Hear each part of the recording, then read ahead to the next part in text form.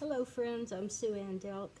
It's Wednesday, June 17th, 2020, and we are in Gemini, and tomorrow we enter the cusp of Gemini and Cancer, which is an interesting time to be born if you're born on a cusp, because you get characteristics from both sides in some cases, or rather both signs. So, if you are celebrating a birthday today, then you are a Gemini, and happy birthday. All right. Thank you for joining me for my daily report and card pull. COVID-19. Oh, hello. Camera. COVID-19 report for today for Walker County. We have 1,634 total cases. We've had 135 recoveries and 30 fatalities. The moon tonight is 13% illuminated, and we are waning crescent, heading our way to a new moon when it's dark. Nice dark moon. This Saturday will be summer solstice. It's also called the first day of summer. I don't really call it that, but some people do. I mean, to me, it's already been summer by the time you hit solstice. I like to celebrate the solstice by putting out sun tea.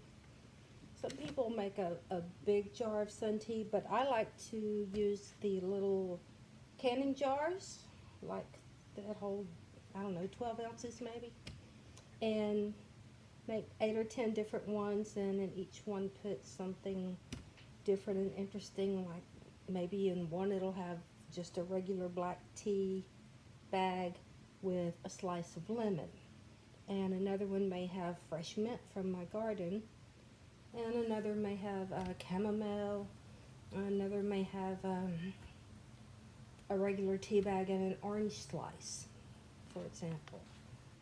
Oh, hello, burrito. Say hi. Come on, let's keep it moving. Hi. So, once I let them soak up all that sun all day, then I put them in my refrigerator. They don't stay good for a long time because some of them have that fruit in them, but they'll last 2 or 3 days, and over that time I drink them all up and enjoy them, and I feel like it's a fun way to celebrate solstice. If you don't know, summer solstice is the longest day of the year. Solstice means stand still, I think, and that is because on the longest day of the year, it is as if the sun just hangs in the sky and doesn't move. It's like it just hangs there. It stands still. That's what they say about that. So, it's hot tonight. The current temperature is only 86 degrees, but to me it feels much hotter than that because it's so humid. Yet still no rain for us for the foreseeable future, and I can't remember when it last rained, but I'm having to run my water hose plenty to keep all my container plants from dying. Never mind thriving. They're not thriving in this heat. I'm just trying to keep them from dying. Low tonight of 70. It sounds lovely. Maybe the air conditioner will cut off if it actually hits 70. And on that note, let's pull a card. Moonbeam Magic. Moonbeam Magic. Comes with this cool little book. There's the info. Box. Beautiful artwork. Love this deck. Alright, give them a few cuts.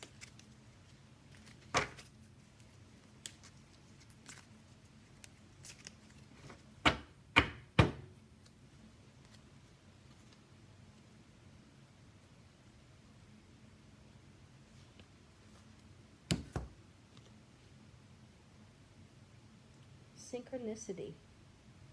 Card number 40, synchronicity.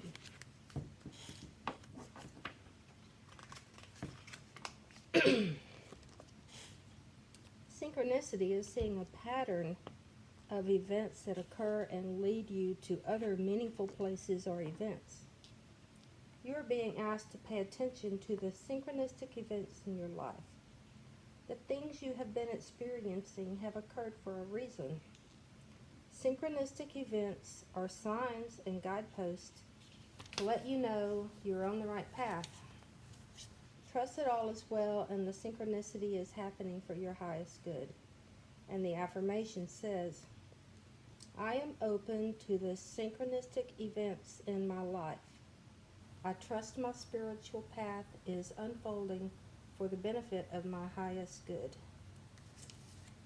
I feel like we've already pulled that card once before, but that's okay, because if we need to hear it again, then we need to hear it again.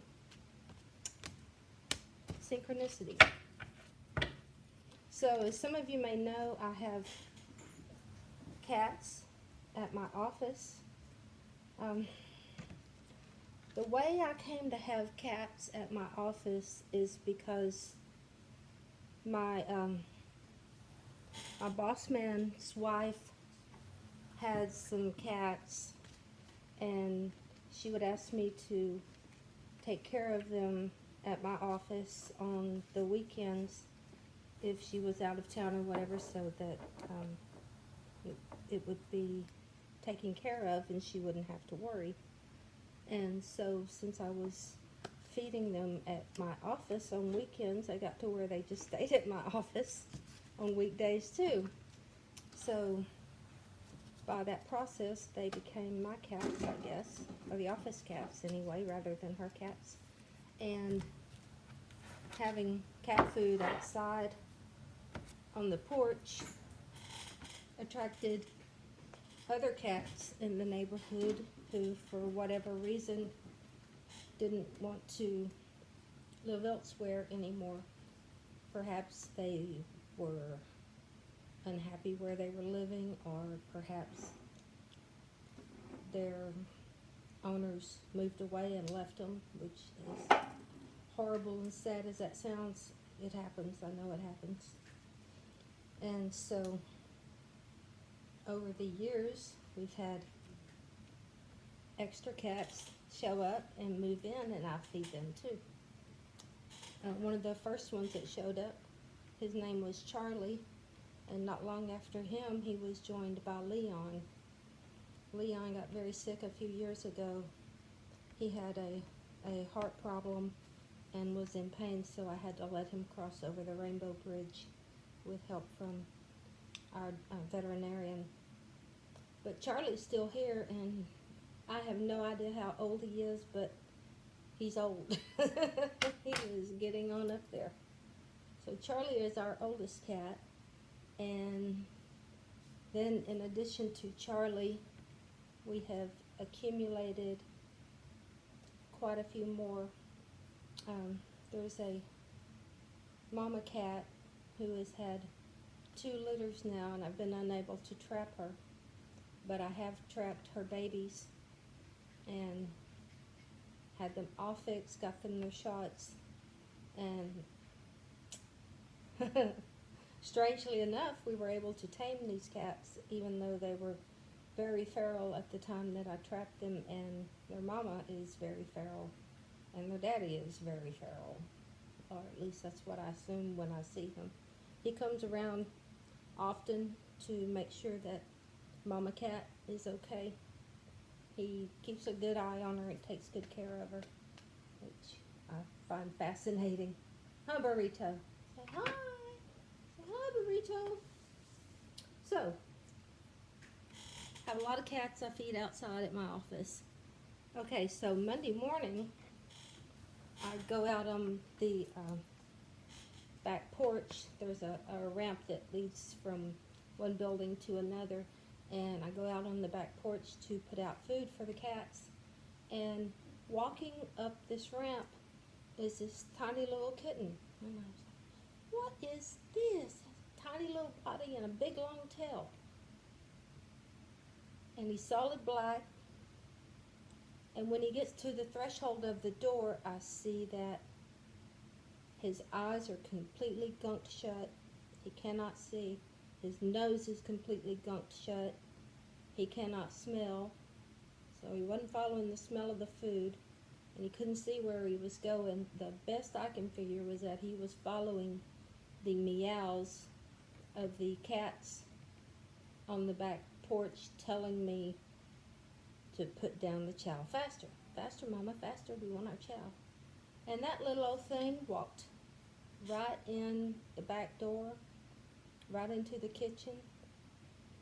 I was like, oh my God. I scooped him up, got a wet cloth and cleaned his little eyes off and set him down on the floor, and he drank a little water, but he ignored the food because he couldn't smell it. So took a little bit of the canned food and put it in his mouth, and he was like, oh, okay. So then he ate some of the canned food. Didn't eat as much as I thought he should have, but he ate some. And so today, it's Wednesday, so I've been working with this cat for 3 days now. Tomorrow will be the 4th day, and he is still, his eyes are so gunked up that he can't see, he can't open them. Inside is very inflamed and red, and so I'm going to have to take him to the doctor and hopefully get some medicine to help him feel better. I suspect it's probably an upper respiratory infection of some kind, maybe a virus that is turned bacterial. I don't know, but I need to go have him taken care of. He is so needy. He wants to be touching somebody all the time because I think it traumatized him being abandoned. I feel like someone abandoned him at my office. Otherwise, how would he have found his way there? And this cat was not a feral cat. This cat had no problem being handled by humans, no fear of humans, and no fear of other cats. Now, my other cats don't really like him because they don't know him. So when he tries to rub up against them, the other cats, the bigger cats, all hiss at him, which just breaks my heart because I can tell he was part of a litter and misses his mama, he misses his tribe, and he just wants to feel connection with other living things. He's trying to regain his trust that's been shattered by being dumped, sick. I just don't know. I wish there was some way I could ask someone who would do such a thing how they can do it, because I don't understand. Maybe it's money. I don't know. I know I spend a lot of money taking care of cats, but that's what I do. That's why I'm here. I take care of kitty cats, and Alan takes care of kitty cats, and fortunately we both agree on that. It's not something we're going to butt heads over. We know that, you know, if it comes down to the cats getting to eat or us getting to eat, the cats will eat. The cats will eat. Because we could miss a few meals, but, you know, just because we may be stupid with our money doesn't mean that our cats should have to suffer for it. And, you know, as long as we have a way to take care of them, that's what we'll do. So when people say, oh, I have a cat, I don't want any more cats or whatever, I'm like, oh, okay. That's your choice, but it looks to me like you could handle 2 or 3 more cats. If you don't want to, that's fine. That's your choice. But my choice is my choice, so, you know, I don't really want anyone giving me flack about that either. So, hopefully I can get this little baby kitten taken care of, well, healthy. If I could find him a good home, that would be great too. I'm always about finding good homes for my cats, but they have to be good homes. I want my cats to have good homes. If it's not with me, with someone else, but, you know, I don't want someone who's just going to take them home and throw them in a barn and not feed them and make them eat rats, because I don't raise my cats to do that. You know, they're not barn cats. They're not ratters. I mean, they may rat, but I'm not gonna withhold food to make them go eat rats or lizards or snakes or anything else. Because I guess I raise them more like little princes and princesses.